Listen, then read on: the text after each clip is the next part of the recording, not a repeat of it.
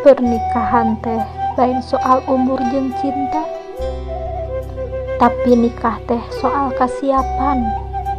Siap bagja, siap susah, siap nyeri, siap kecewa, siap berjuang, siap narima kekurangan pasangan urang.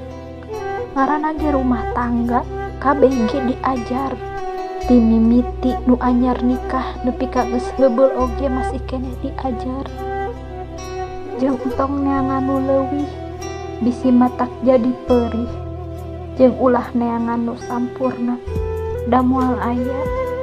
Jaga we anu geus aya, damun ini mah bakal karasa kaleungitanana.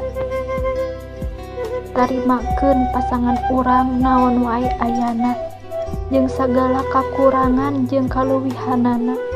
Ulah rupa nu sampurna nu diteangan, tapi kumaha urang bisa mikanyaah ka pasangan ku cara nu sampurna dina kaayaan kumaha wae.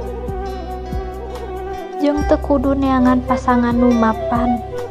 Nu penting mah urang apal rencana manehna keur kahareupna. Jeung urang aya di jero rencanana, teu kudu profesi kudu ieu kudu itu. Sabab berjuang babarengan bakal leuwih karasa nikmatna. Kadang nu endah teh lain anu pangalusna.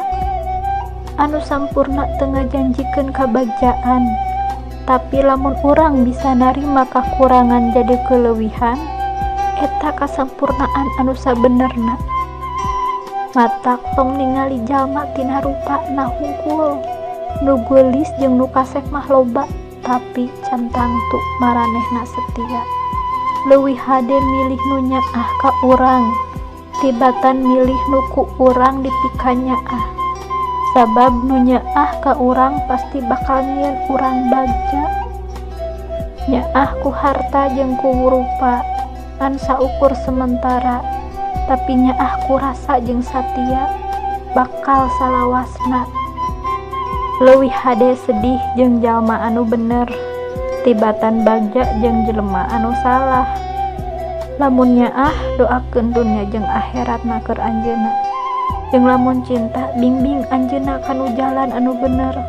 Silih doakeun insyaallah lamun aya jodona mah pasti bakal ngahiji. Bimbing kanu jalan anu bener. Pikanyaah pasangan urang ku iman salain ku nyaman. Sabab nyaman mah bisa leungit, iman mah moal leungit salila Allah aya dina hate urang. Insya Allah ku kaimanan mah sagala rupa ge bakal kuat. Kitu deui dina hal pasangan.